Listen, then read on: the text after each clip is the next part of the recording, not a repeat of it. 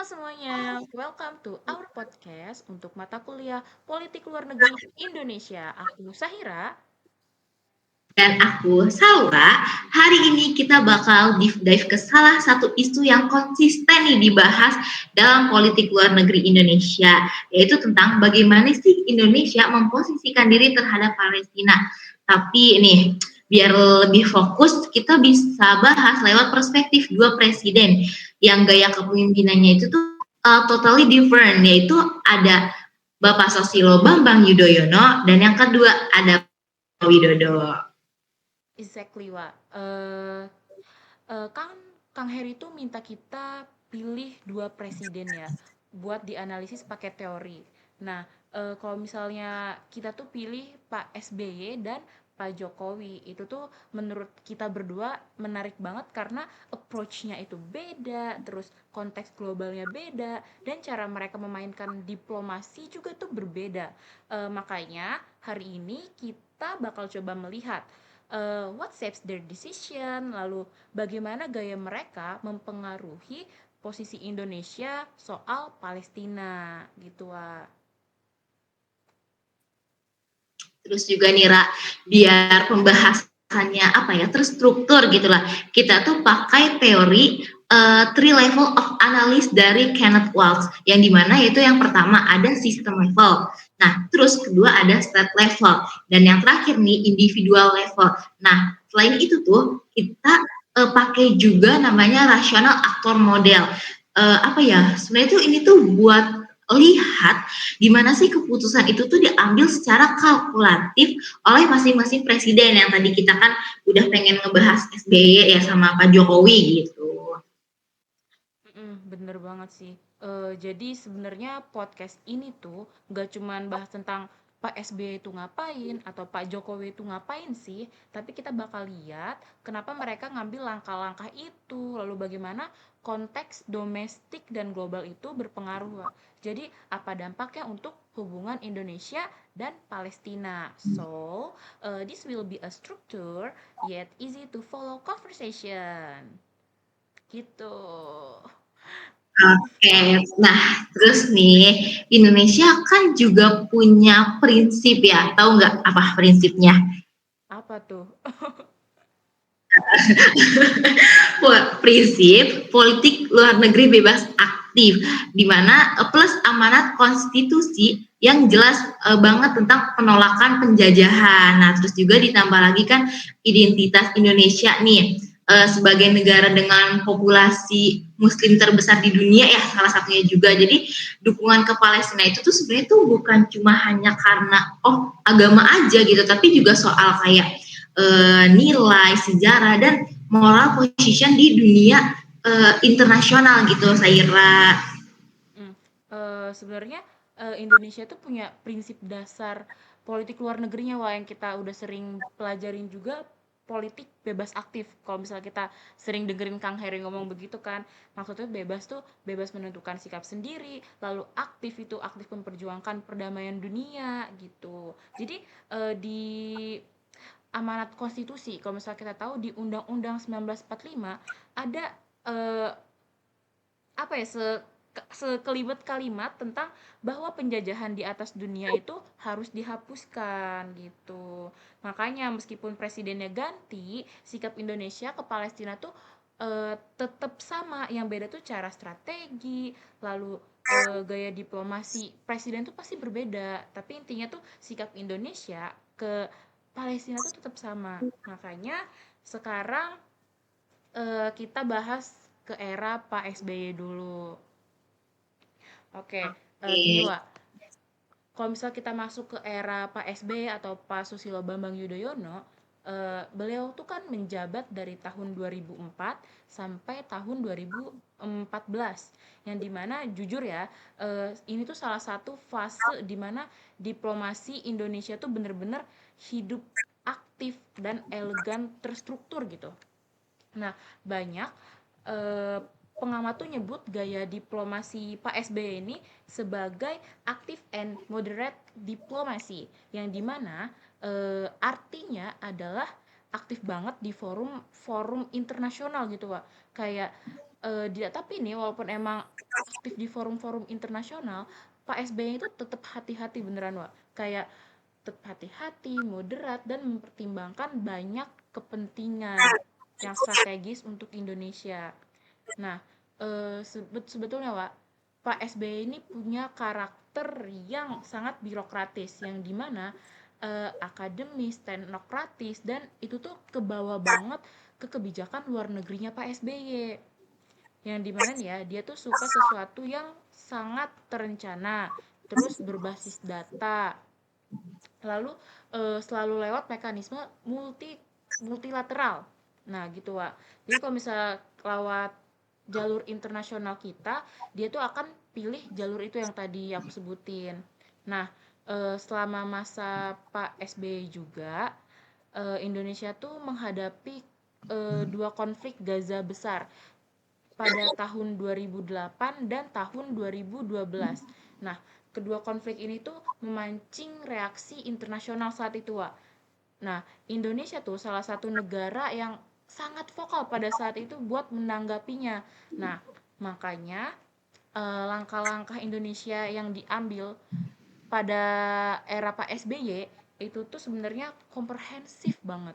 Jadi kayak bisa dibagi jadi dua. Kalau kita tahu diplomasi diplomasi simbolik dan diplomasi substantif, yang dimana kalau misal dari sisi simbolik, Indonesia tuh memberikan kecaman tegas terhadap agresi militernya Israel, maksudnya kayak terutama di Gaza, yang dimana Pak SBY ini tuh gak cuman berhenti di pernyataan keras, tapi ada step lanjutannya. Kalau misalnya Pak SBY, Indonesia tuh pada saat itu tuh memobilisasi dukungan internasional melalui, kalau misalnya kita tahu, ada organisasi PBB, Perserikatan Bangsa-Bangsa, lalu dari OKI atau organisasi kerjasama Islam, lalu ada GNB atau Gerakan Non-Blok.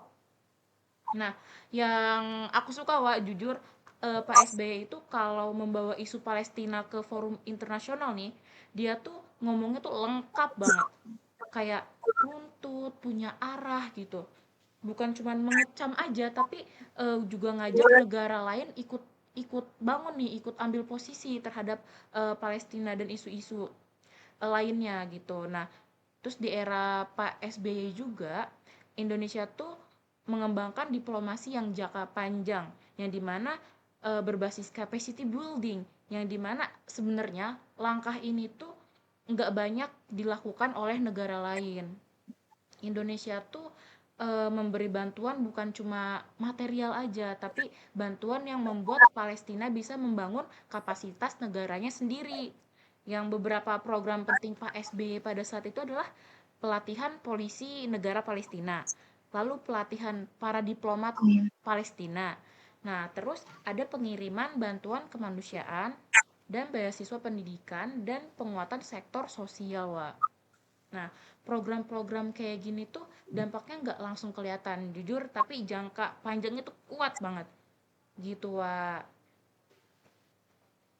Oh gitu ya Ra. Nah iya sih bener banget Ra, tadi apa yang kamu udah jelasin banget nih secara kompleks ya. Aku tuh dulu juga sempat baca sih sebenarnya yang dimana kalau tadi yang kamu jelasin apa capacity building ya kayak gitu tuh mencerminkan karakternya SBY banget gitu yang struktural, long term dan fokus ke institusi. Jadi bukan cuma support emosional atau politik tapi beneran membantu Palestina membangun fondasi negaranya. Bener, bener, bener. Bener banget, Sal. Apalagi sih yang ya. Ya, sekarang nih kita masuk ke analisis teorinya kali ya, Sal. Biar kayak lebih masuk nih. Karena kita kan disuruh analisis pakai teori. Nah, kalau misalnya kita kaitin dengan teori yang tadi kamu bilang di awal, three level of analysis, tindakan era SBY ini tuh bener-bener relate banget. Kalau misalnya kita analisis pakai level sistem, kan ada tiga ya, kita masuk ke level sistem dulu. Waktu itu tuh dunia masih di bawah bayang-bayang pasca 9/11, yang dimana isu terorisme, Wak, pada saat itu tuh global isu terorisme global tuh mendominasi, yang dimana Timur Tengah tuh sangat sensitif, lalu negara-negara besar tuh fokus pada stabilitas kawasannya aja. Jadi di tengah situasi kayak gitu, Pak SBY itu memilih pendekatan yang bener-bener sangat hati-hati, Wak.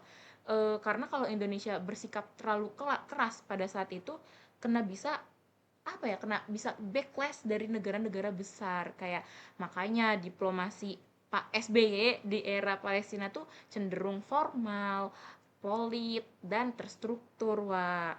Gitu. Kita lanjut nih ke mungkin ke level negara.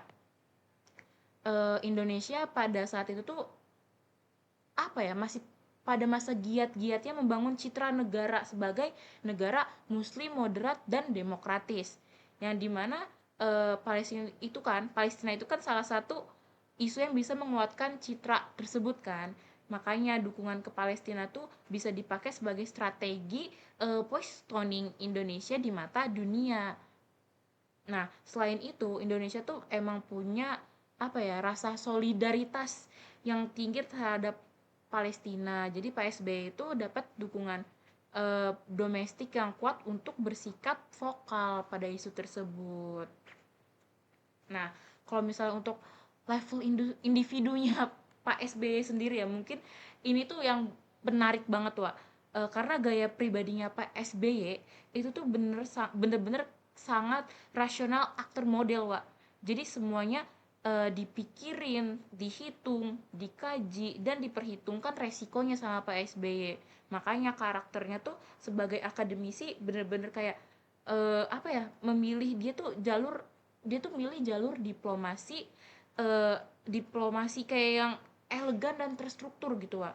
Makanya eh, gitulah, Wak. Itu tuh dia kayak milih milih jalur diplomasi yang halus gitu.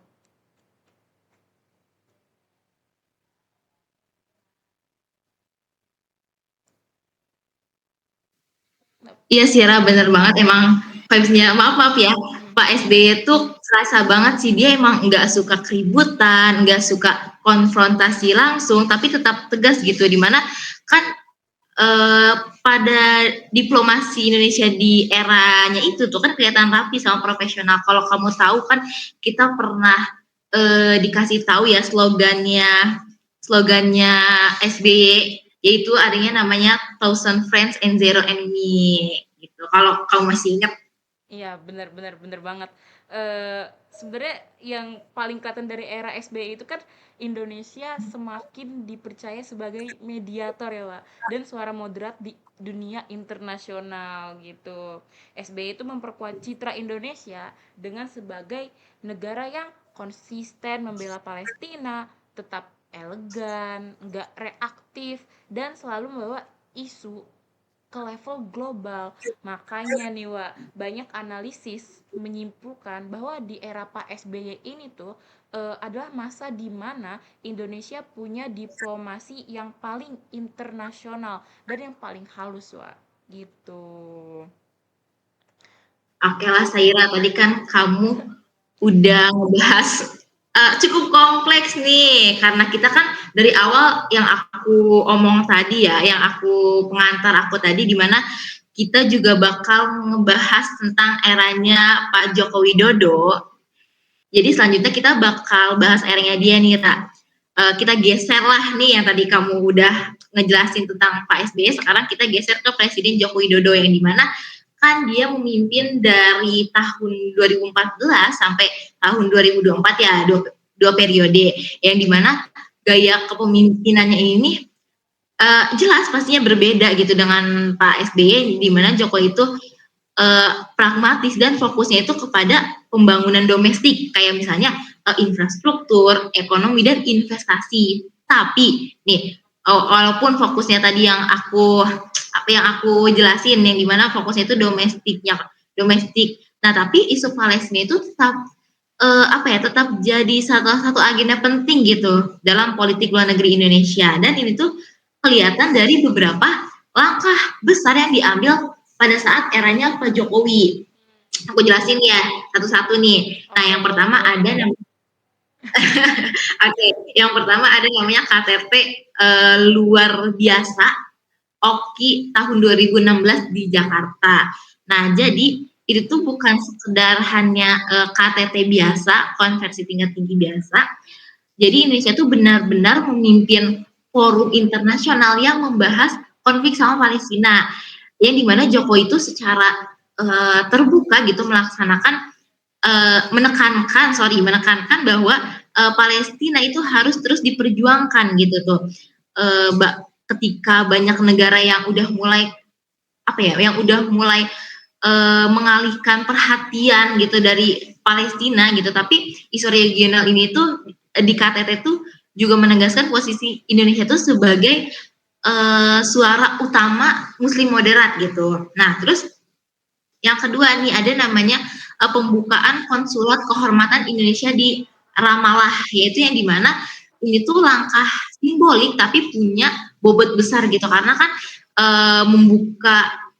membuka perwakilan diplomatik ya di wilayah Palestina gitu, yang dimana nunjukin komitmennya Indonesia nih bukan hanya di level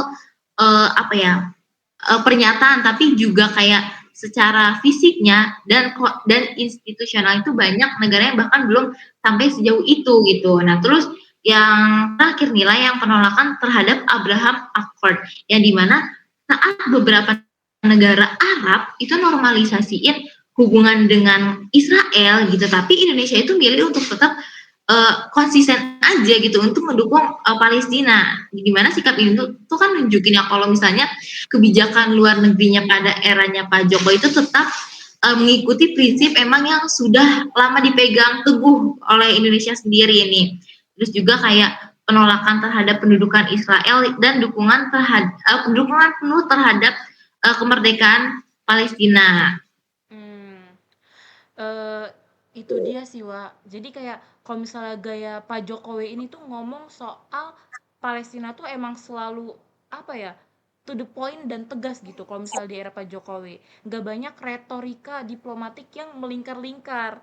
Tapi kalau misalnya dia tuh kayak langsung nunjukin aja di mana posisi Indonesia berdiri.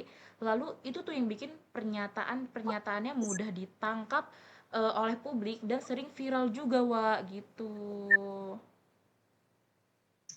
Betul banget. Nah, dari 3 langkah besar tadi, kita kan bisa lihat ya, kalau pendekatannya itu emang berbeda kan dari Pak SBY. Kalau SBY itu lebih ke yang tadi kamu jelasin, struktural, birokratis. Tapi di Pak Jokowi ini lebih condong ke tindakan cepat gitu, yang punya efek simbolik yang kuat. Tapi dua-duanya ini nih tetap konsisten sih mendukung Palestina. Cuma mungkin pendekatannya saja gitu ya, yang berbeda gitu. Nah, uh, karena tadi juga kamu udah ngejelasin level analisis, yang 3 level analisis, nah sekarang aku juga mau nih masuk ke teori level analisisnya yang 3. Yang pertama tuh ada level sistem ya, yaitu tuh pada saat eranya Jokowi ini di konteks global yang sangat berubah dibanding eranya SBY. Arab ini tuh kan mulai normalisasi dengan Israel yang tadi aku sebut. Iya, Terus juga konflik sama Suriah berlanjut nih, di mana ada perang Yaman dan kompetisi geopolitik makin intens lah gitu. Terus juga Indonesia tuh harus hati-hati gitu menjaga posisi moralnya gitu di level ini nih. Terus juga langkah-langkah Jokowi kayak seperti nolak Abraham Accord, terus juga menunjukkan kalau Indonesia itu mempertahankan sebagai pendukung Palestina gitu di tengah perubahan dunia yang udah mulai kayaknya ke Israel kayak gitu. Nah, terus yang kedua ada namanya level negara, state level, yang dimana di dalam negeri nih tadi kan kita udah bahas yang sistem ya, dimana kalau di dalam negeri ini dukungan terhadap Palestina itu tuh sangat kuat lah gitu, stabil gitu. Jadi ketika Jokowi bersikap tegas terhadap Israel atau nunjukin solidaritas ini ke Palestina, yaitu nggak hanya berbicara ke dunia luar aja, tapi juga ke publik Indonesia gitu, ke Indonesia sendiri gitu, dimana kebijakan luar negerinya ini nih relevan lah untuk menjaga citra pemerintah dan stabilitas politik domestik gitu. Terus juga yang terakhir ada level individu nih, individual level, di mana Jokowi ini sebagai individu yang tipe pemimpinannya praktikal, jadi nggak hanya bicara tentang teori atau diplomasi panjang, begitu memutuskan ya langsung dieksekusi gitu, karena kan itu langkah-langkah seperti pembukaan konsulat kehormatan Ramallah tuh yang cocok banget kan dengan gaya kepemimpinannya gitu, tapi masuk dalam rangka rasional aktor model, tapi versi yang lebih eh, apa ya, langsung, sederhana dan cepat sekali ya gitu. Bener bener banget, Wak, dan itu juga sih yang bikin kebijakan luar negerinya di era Pak Jokowi ya, itu tuh terasa punya identitas yang bener-bener jelas gitu, Wak. Meski fokus utamanya itu tuh ada di pembangunan domestik, langkah-langkah yang diambil apa ya, soal Palestina itu tuh tetap tegas dan kelihatan konsisten. Nah, sebenarnya kan tadi aku juga bilang Pak Jokowi emang nggak banyak pakai retorika yang panjang ngalur ngidul gitu, tapi kayak justru lewat aksi simbolis dan keputusan langsung. Makanya saat itu tuh posisi Indonesia makin kelihatan jelas di mata internasional gitu, Wak. Gini sih, Wak. Kita mungkin bakal masuk ke bagian yang paling seru nih. Apa tuh? Dan sebenarnya nih, aku jujur kepo banget kalau kita tuh ngebandingin secara langsung eh, antara dua presiden ini gitu. Kalau misalnya menurut kamu, siapa sih yang paling ngefek buat Palestina? Maksud yang ngefek itu kayak kontribusinya yang paling kerasa nyata gitu loh. Apakah Pak Jokowi atau Pak SBY? Kalau menurut kamu gimana, Wak? Aduh, ini tricky banget sih ya, Ra. Iya, bener-bener. Karena kan dua tuh punya efek punya efek yang berbeda ya, cuma bentukannya nih, kalau SBY ini kan yang menurut aku tuh dia tuh impact-nya tuh lebih ke institusional, kayak bener-bener membangun posisi Indonesia di forum-forum internasional gitu, kayak udah kamu jelasin deh, PBB, OKI, GNB, dan itu kan jangka panjang banget kan dampaknya. Sedangkan kalau Pak Jokowi itu yang tadi udah aku jelasin tuh itu beda, itu lebih ke um, politik dan moral, gimana yang sikapnya itu tuh kayak ngasih pesan ke dunia, Indonesia ini gak bakal goyah nih lah, gak bakal goyah, dimana tadi banyak negara Arab yang sudah mulai merempet ke Israel gitu, apalagi ya itu tadi sih udah kayaknya. Iya iya, bener bener. Aku tuh ngerti ngerti, maksud aku ngerti maksud kamu tuh apa, kayak SBY itu kan orangnya halus gitu kan, elegan, rapi, diplomatis gitu. Sedangkan kalau misalnya Pak Jokowi, itu tuh kayak ya udah to the point, nggak ribet, tapi tetap keras gitu. Dan itu tuh kelihatan banget sih di gaya bicara mereka. Kalau Pak SBY itu kan kalau misalnya pidato kayak lagi baca jurnal ilmiah, ilmiah gitu ya, kayak ya udah membaca jurnal gitu, terstruktur, runtut, kalimatnya panjang-panjang. Kalau misalnya Pak Jokowi, ya we know lah kayak gitu. Udah selesai gitu. Iya, iya, bener. Dan lucunya dua gaya itu tuh sama-sama kuat. Jadi yang dimana Pak SBY ini bikin fondasi, Jokowi ini kasih gerakan moral yang kayak rumah gitu. Dimana kan SBY itu bikin fondasi yang kuat dulu. Nah, Pak Jokowi itu buat yang kayak ngecat depannya gitu supaya kelihatan dunia gitu nih. Jadi kayak ya gitu lah, kalau di apa ya, diumpamain mungkin. Iya, bener-bener, bener banget. Dan orang tuh kadang ya, kan lupa kayak hal-hal simbolis yang Pak Jokowi lakuin, kayak justru impactful banget, kayak pembukaan konsulat, terus kehormatan Indonesia di Ramallah, itu kan simbol gitu ya. Tapi maknanya gede banget, Wak. Gitu. Oke banget, dan statement kayak beliau di UNGA juga kan salah satu apa ya, salah satu yang paling keras gitu dari Indonesia sepanjang sejarah. Jadi jangan salah, walaupun kayak Jokowi bukan presiden diplomasi, tapi posisi moralnya tuh eh, kuat banget kayak gitu. Bener Umpamanya bener kali kayak gitu ya. bener bener. Eh, oke Wak, sekarang kalau kita kaitin nih ke teori internasional yang tadi kita udah bahas kayak three level of analysis, kamu ngerasa perbedaan yang paling mencolok tuh di level mana Wak? Kalau aku pribadi ya pastinya di level individu. Dimana kan tadi ada 3 ya di level individu sih, karena karakter pemimpin itu kan benar-benar nge-shape gimana kayak diplomasi itu the academic president. Pokoknya semua tuh harus clear, elegan, step by step. Jokowi the apa ya, the practical leader gitu. Kalau gimana ya, maksudnya itu kalau bisa hari ini ya hari ini gitu. Dan itu tuh ngaruh banget kan ke gimana mereka tuh bersikap soal Palestina gitu. Iya, Gimana menurut bener bener kamu? bener banget, dan vibe mereka tuh bener-bener kelihatan gitu kayak Pak SBY tuh kayak mari kita bahas secara mendalam berdasarkan data dan pengalaman internasional gitu. Tapi kalau misalnya Pak Jokowi ya, ya pokoknya kita dukung Palestina selesai dan gitu, gitu sih. Iya itu relate lah dua-duanya kayak powerful tapi ya punya caranya masing-masing yang tadi aku bilang itu. Oke oke, mungkin kita cukup nih seru-seruannya, kita masuk ke faktor luar deh. Kalau misalnya menurut aku ya, eh, apa ya, level sistem tuh ngaruh banget. Itu menurut aku. Kalau misalnya menurut kamu gimana?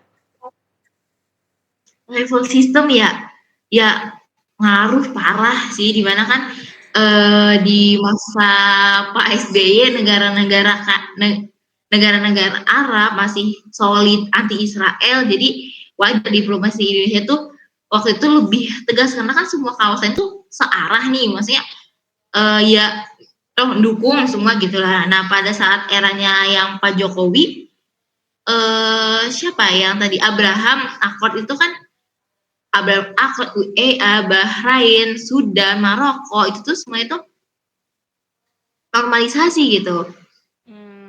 Jadi itu sih yang bikin Indonesia kayak last strong defender gitu ya. Kalau Indonesia tiba-tiba diem aja, wah langsung hilang sih moral leadership kita gitu ya, Wak.